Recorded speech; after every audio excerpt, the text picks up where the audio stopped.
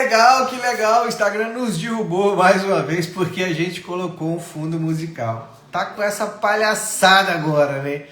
Achei que tinha acabado isso, mas não acabou não. Tá com essa palhaçada de derrubar a gente porque a gente coloca música.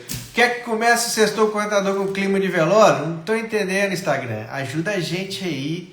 Deixa a gente pôr uma musiquinha, pô. Deixa a gente colocar a nossa musiquinha, nossa abertura do Sextou Contador animado. É sexta-feira. Ajuda o pai aí, ué. Então vamos lá, iniciar o nosso Sextou Contador aqui. Já que a gente não pode música, porque o tio Mark Zuckerberg não quer que a gente coloque música na abertura do Sextou Contador, vamos iniciar aqui então o nosso giro da semana. Sextou Contador de edição número 100. Chegamos à 100ª edição do Sextou Contador, muito bacana. Muito obrigado por você que nos acompanha aqui, obrigado por você que já acompanha o Sextou Contador desde o seu início, que foi lá na pandemia, né, que a gente criou essa ideia para aproximar a contabilidade da sociedade, para a gente levar notícias ali aos empresários que estavam perdidos. Sextou Contador começou no início da pandemia e hoje a gente chega na edição de número 100 com muita alegria mesmo, principalmente por você que acompanha o Sextou Contador, que compartilha as nossas notícias, que comenta, que pede até mesmo para a gente falar sobre algo, né? E quero dizer a você que ainda não nos segue no Instagram e no YouTube, se inscreva no nosso canal no YouTube, passa a seguir a gente aqui, mande a sua dúvida para nós, teremos o prazer de esclarecer a sua dúvida. Vamos lá então, Giro da Semana é onde a gente fala as principais notícias que vai impactar o seu dia a dia.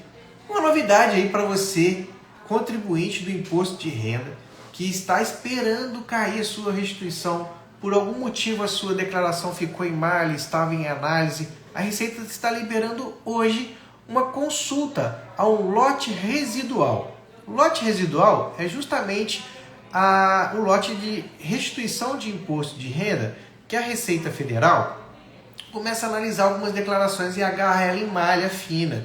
E aí, depois de uma certa análise mais criteriosa e até mesmo a apresentação de documentos dos contribuintes, a Receita vai lá e libera esse lote residual. Então a Receita está liberando hoje. Se por algum acaso, algum motivo, você tinha declaração pendente, tá? Se a sua declaração foi analisada, se você apresentou documentação, dá uma consultada porque pode ter caído aí na sua conta hoje a sua restituição de imposto de renda. O bacana é que foram 221 mil restituições, tá? Será realizada ao longo do dia 29 de novembro. Então a consulta foi liberada hoje e o crédito vai ser dia 29 de novembro. E o total de 558 milhões de reais. Olha só que bacana. É isso aí. Muito bem. Então, consulta liberada hoje e o crédito cai na conta no dia 29. Primeira notícia já se foi. E olha essa aqui, essa notícia. Foi mantida a justa causa de um dependente químico que se recusou ao tratamento. Notícia importante. Porque hoje em dia, várias empresas estão tendo problemas com pessoas dependentes químicas. E vou além. Isso pode ser dependente do álcool ou de drogas ilícitas. E outras dependências que estão acontecendo no dia de hoje. Principalmente a do vício de jogos. Isso também é uma dependência e cabe uma justa causa. Então presta atenção, você empresário, você colaborador de empresa. A justiça manteve a justa causa de um dependente químico que recusou o tratamento. Ele foi mandado embora por justa causa por estar usando droga e chegava no ambiente de trabalho drogado, não conseguia se controlar, não conseguia cumprir as suas obrigações. A empresa mandou ele embora, acionou o artigo lá da CLT pelos motivos que pode ser mandado embora por justa causa e mandou esse cara embora. E ofereceu a ele, na realidade, ofereceu a ele um tratamento. Ele se recusou e tchau, foi mandado embora. Ele entrou na justiça querendo reintegração no emprego. E a justiça negou essa reintegração. Então, o que eu quero chamar a atenção aqui? Hoje em dia, empresas com maior número de empregados, 100, 200, 300, 400 funcionários, 500, até 1.000 funcionários, essa empresa está sujeita a lidar com todo tipo de pessoa, principalmente as pessoas que vivem nessa condição de drogadição, de dependência química ou de dependência psicológica por algum motivo, ou até mesmo viciada em alguma coisa. Jogos, por exemplo, de azar, que tem acontecido muito hoje em dia no Brasil. Essa empresa, inicialmente, ela deve oferecer a esse colaborador uma ajuda, um tratamento e etc.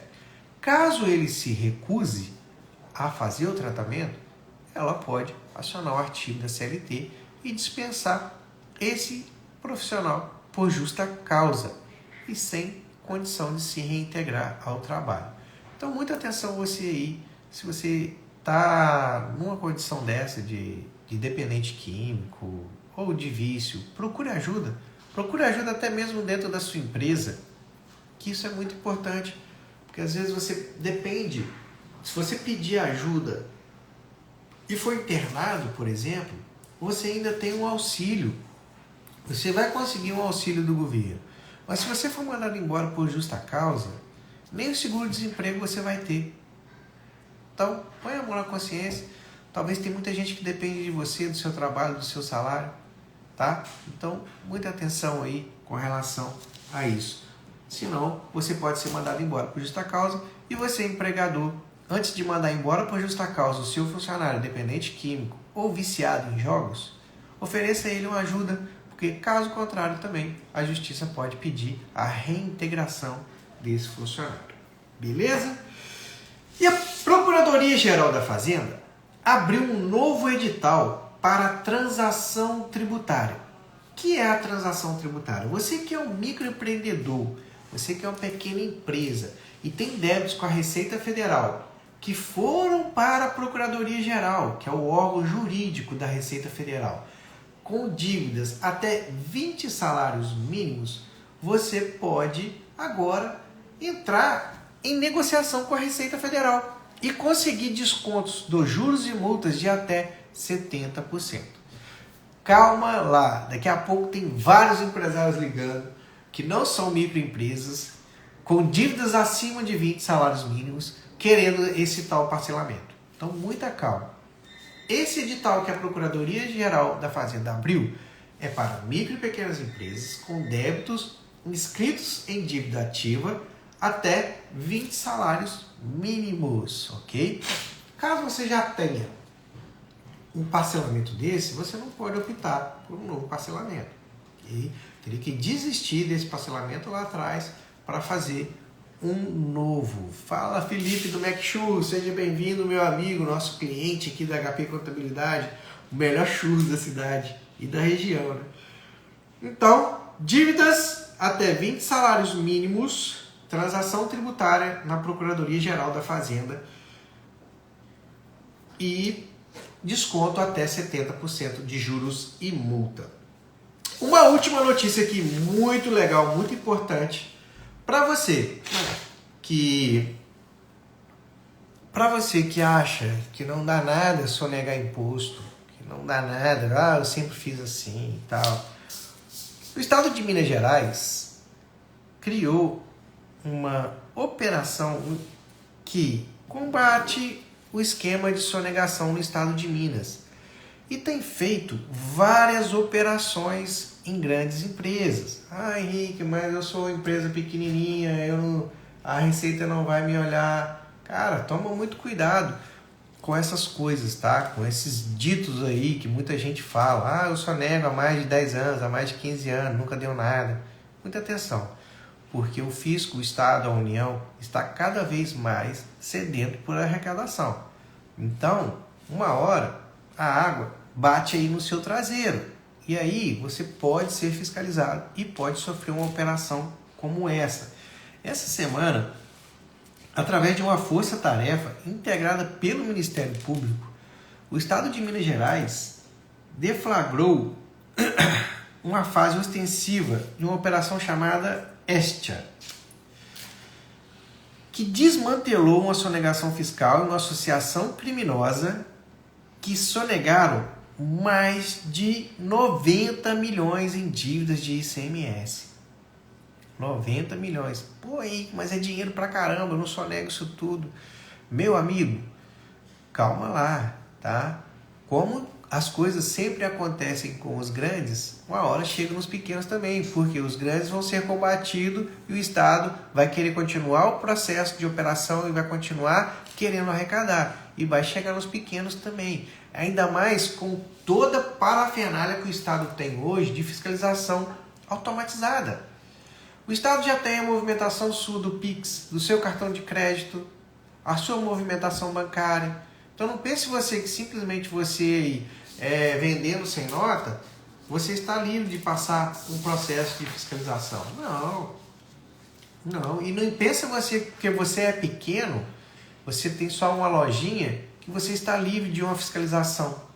Você pode estar livre de uma operação como essa, que prende... Restaurantes Alto da Serra, seja bem-vindo, que prende pessoas, prende máquinas e equipamentos. Tudo bem, mas você não está livre de uma operação, de uma fiscalização automatizada. Que nem a mão do fiscal, nem as mãos do fiscal, o fiscal põe a mão, é tudo automático, tudo através de computador, e só vai chegar para você uma notificação com o valor do auto de infração para você pagar. Então, muita atenção você empresário aí. Essa questão de sonegação está cada dia mais sendo combatida pelo Estado e pela União. Beleza? Muito bem, esse foi o nosso giro da semana. Vamos entrar no nosso assunto principal de hoje, que é a PEC do 6x1. O fim da jornada 6x1, será mesmo? Vamos analisar isso? Essa PEC, que é um projeto de emenda à Constituição, é muito séria, porque a nossa Constituição brasileira, ela é formada por N artigos, se eu não me engano são mais de 200 artigos, e várias emendas.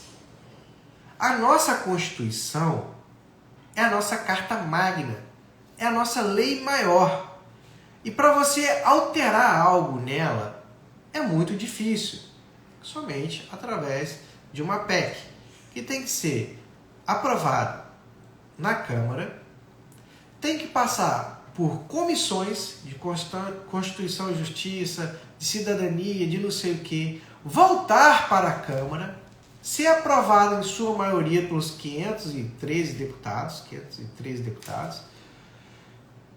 ir para o Senado, ser aprovado no Senado também, sem alterações. Se tiver alterações, volta para a Câmara. E a Câmara aprova de novo e assim vai para a sanção presidencial. Então, olha a trabalheira que dá. Então, você empresário que está preocupado com isso, primeiramente, fique tranquilo, porque há um longo caminho a se percorrer. Não é simples assim. A deputada Érica Hilton colocou o projeto, vai ser votado agora, acho que ela já conseguiu o número de assinaturas suficientes, que são 171 assinaturas, para ir para as comissões. Depois voltar para a Câmara dos Deputados e ser votado. Então, há um longo caminho aí, tá? Vamos devagar com essa situação. Então, a fase da escala do 6x1 está nesse nível. Ela está conseguindo o número de assinaturas para ir para as comissões serem votadas nas comissões, porque tem que passar pela comissão também, tem que ser analisado se ela é constitucional ou não, quais os impactos que isso vai ter na sociedade e na economia. Henrique, tá, vamos supor que isso vai acontecer, como que vai ficar isso? Primeira coisa, hoje nós temos a escala 6x1, uma jornada de 44 horas semanais, tá? Essa jornada de 44 horas semanais, ela pode ser cumprida de segunda a sexta, ficando ao invés de 6x1, 5x2, tá? O funcionário trabalha 8 horas e 48 minutos ali durante a semana e folga já sábado e domingo. Muitas empresas já adotam esse estilo de jornada de 5x2 ao invés de 6x1. Mas a maioria das empresas, que são os comércios, adotam a jornada de escala 6x1. E é aí que mora o problema. Algumas empresas prestadoras de serviço, igual aqui no escritório, adotam a jornada 5x2, está tudo ok. Mas os comércios, os supermercados, as farmácias, os açougues, os hospitais, que são jornadas 6x1, como ficaria uma jornada 4x3? Porque a proposta de emenda à Constituição é sairmos de 44 horas semanais para 36 horas semanais. Uma redução aí de 8 horas, ou seja, de um dia de trabalho. O funcionário trabalharia segunda, terça, quarta e quinta. Folgaria sexta, sábado e domingo. Como ficaria nos comércios? Qual o impacto social disso? É bom para o trabalhador? Nessa ideia de transformar a escala 6x1 ou 5x2 em 4x3, é que o empregador tenha um tempo mais livre para a família para se capacitar. Mas hoje em dia, será mesmo que as pessoas estão buscando capacitação? Estão usando o tempo que tem livre, às vezes à noite, ou às vezes até um sábado que não trabalha na escala 6x1, para se capacitar? Estão usando esse tempo de qualidade com sua família? Então, a proposta é trazer mais qualidade de vida ao trabalhador e um impacto social na mente, na vida do trabalhador, que melhore. Beleza. Mas qual o impacto econômico dentro disso? Imaginamos que nós temos um supermercado que trabalha na escala 6x1. Tá? O empregador, ele tem dentro desse supermercado 50 funcionários que trabalham em escala. Esse empregador, dono do supermercado, ele vai ter que contratar mais pessoas. Olha, Henrique, que legal, mas isso gera mais emprego. Gera mais emprego, sim. Mas contratando mais pessoas, o que vai acontecer com o custo desse empregador? Se ele tem uma folha de pagamento com 50 funcionários, seja ele um supermercado, ou um dono de farmácia, ou um dono de açougue, ou um hospital, considerando um quadro, um cenário, que ele tem 50 funcionários, na escala 6x1, reduzindo a escala, a jornada de trabalho em 8 horas, essa empresa vai ter que contratar mais funcionários. Não, Henrique, mas isso é bom. É bom porque vai gerar emprego. Sim, mas como fica o custo de operação desse supermercado, dessa farmácia? Porque se o cara tem 50 funcionários, ele vai ter que contratar no mínimo aí mais uns 15 funcionários para cumprir a jornada de trabalho. E esse custo de contratação, ele vai embutir no preço dele. Ou não? Ou qual seria o próximo passo do governo? Propor congelamento de preço? Que a gente já viu que isso deu errado no passado. Aumentar o custo de operação de uma empresa visando a qualidade de vida de um funcionário. Será que esse é o melhor caminho? Aumentar a folha de pagamento, que já foi aumentada, já vai ser aumentada a partir do próximo ano para os 17 setores que tinham desoneração. Agora, com mais essa, como vai ficar o preço das coisas? Com o fim da escala 6x1, colocando a escala de trabalho 4x3. A empresa vai precisar contratar mais, vai aumentar o seu custo de operação. Bem, estamos trazendo aqui, fala Anderson, bom dia meu amigo, seja bem-vindo, Anderson da Caixa. Então, o impacto econômico seria muito grande. O impacto social, talvez nem tanto quanto o econômico. Eu já adianto que eu sou contra a essa redução de jornada. Por quê?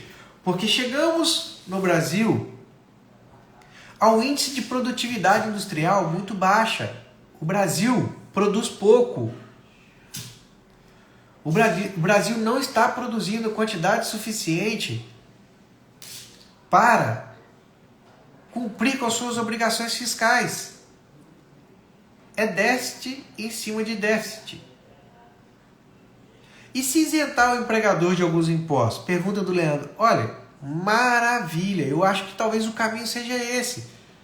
Porque o que nós estamos vendo é o contrário. É a volta dos encargos sociais do INSS em cima de 17 setores, que já vai impactar nos custos